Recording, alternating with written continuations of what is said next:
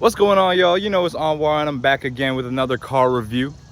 And this time it's even more special than last because this is the predecessor to one of my favorite car brands of all time. Let me present to you a 1986 Toyota Cressida Wagon with a 5-speed.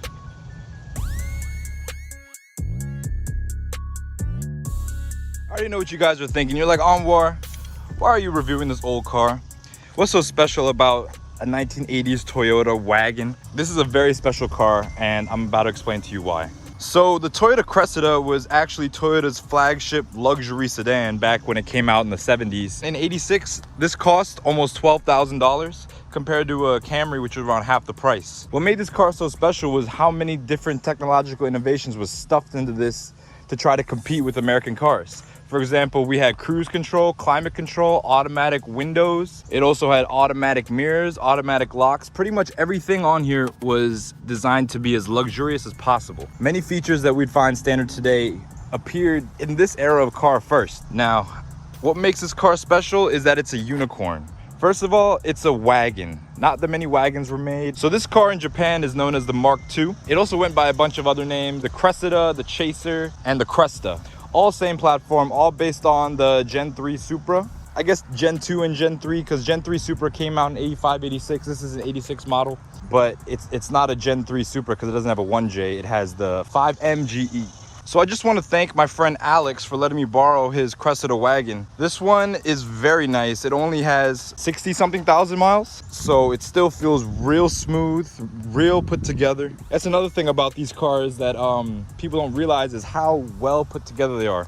This is an 86 model, which means that it's almost 40 years old, but it drives smooth as butter. There's no rattles, no loose parts, nothing in the suspension makes noise. The engine is just smooth. It's just a typical Toyota, you know? So this car was not actually originally a 5-speed. Alex actually did a transmission swap with a Supra transmission. He had to lengthen the drive shaft as well as use an AE86 clutch setup. But as you can see, 5-speed from a Mark III Supra. It's patinaed. I like the look. He hasn't done like a full restoration or anything, just left it how it is. And I think it looks very period. Looks kind of cool. Another thing he did was he added a muffler delete. So basically it's a straight pipe from the cat's back. It sounds pretty good. And he did a bumper delete.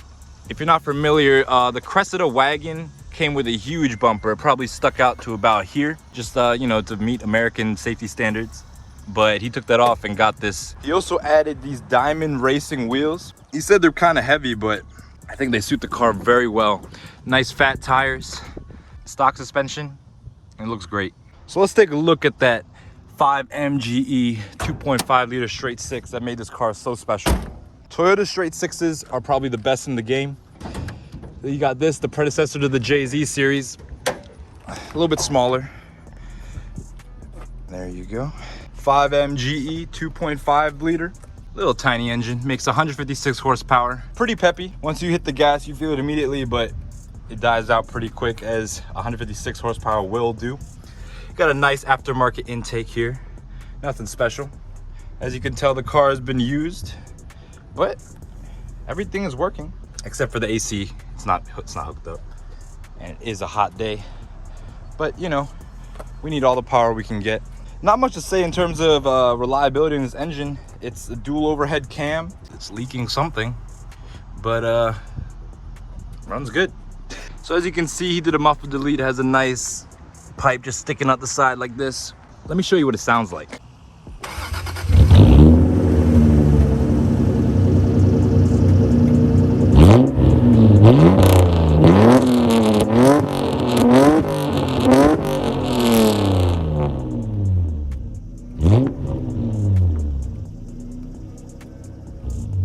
Moving on to the interior of the car, the first thing you notice obviously are these automatic retracting seat belts.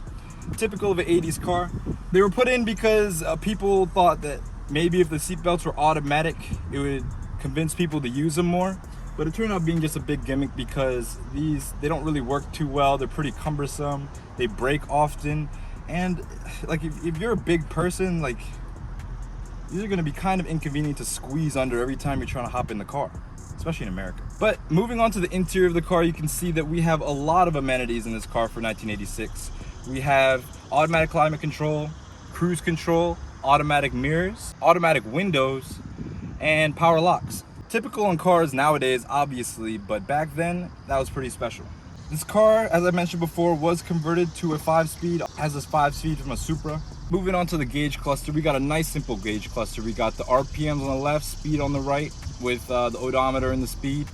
What I love about this gauge cluster though is the fact that it's flanked by 2 rotary gauges on either side. On the left you have heat or coolant temp. On the right you have fuel. As you can see, this car does not have the original radio. It has an aftermarket system. I thought these were leg pads at first. There's one on the other side too, but I believe now that I'm feeling them that they are speakers. Pretty nice way to cover up the speaker. It looks nice. We gotta talk about this brown interior though. This is a pretty interesting color for this car. We got brown on brown. Yeah, I mean, beige brown is not the color you typically see on a car nowadays, and for good reason. It doesn't age too well, but back then, beige brown was a pretty common color for car interiors. I mean, they use a lot of different materials, which is nice. You got carpet, leather, wood, plastic. You got a nice mix of materials in here. We got a very 80s looking wheel with 2 spokes, both on the bottom, and a square horn. What a weird sounding horn. This gives you a nice view of the gauges, unobstructed.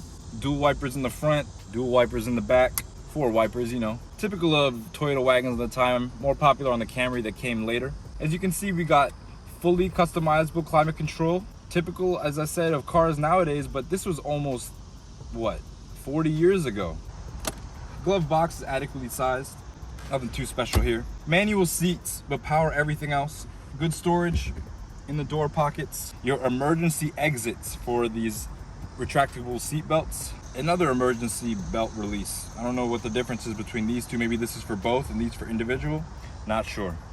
But let's move on to the back seat. It's pretty sparse back here. There's not much going on, but again, this is an old car. Back seat amenities didn't really come in until recently, to be honest. Seats are very comfortable. This soft padded material, this carpet material, I guess you can call it. I have a feeling that cloth seats are gonna make a comeback in the future. Leather is cool and all, but cloth just stands the test of time.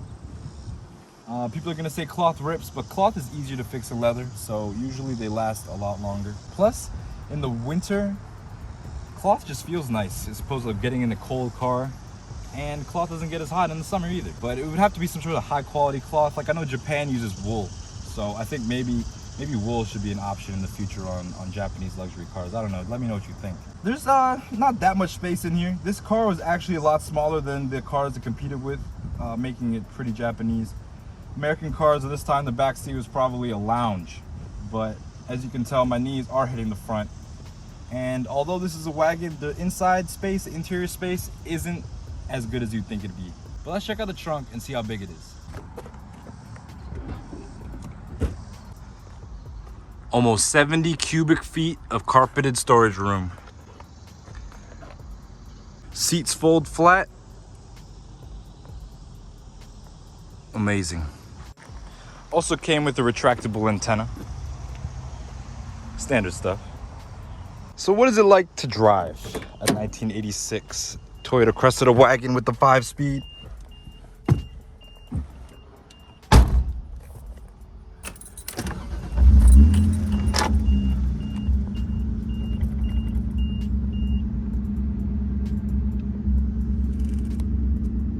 Well, as I mentioned before, this was a predecessor to the Lexus project, or the Lexus brand.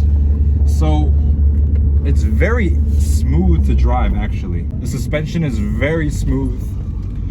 Of course, that comes with a good amount of body roll, but it rides just like a modern car, which is actually quite a surprise, because most cars from the 80s, especially an old Japanese car, they're pretty light. They're not made, you know, with as heavy as materials. They don't feel as solid as an American car. But this doesn't feel like that at all. Hear that? We're about to give it some gas.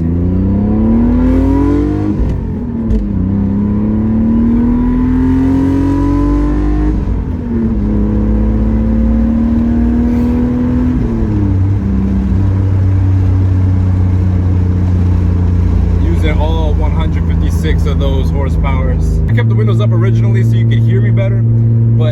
is no AC and I am dying.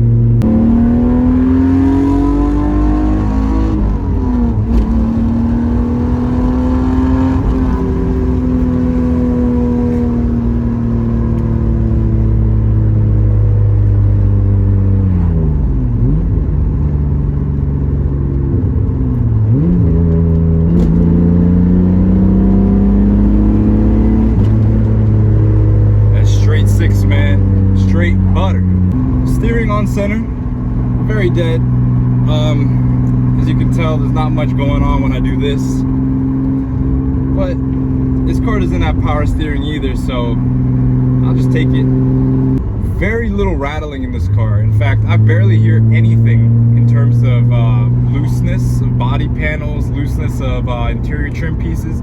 Nothing. You don't actually hear anything besides the engine in this car, which is really surprising. Even more surprising is the insulation. You don't hear anything on the outside either. Like if I roll up this window,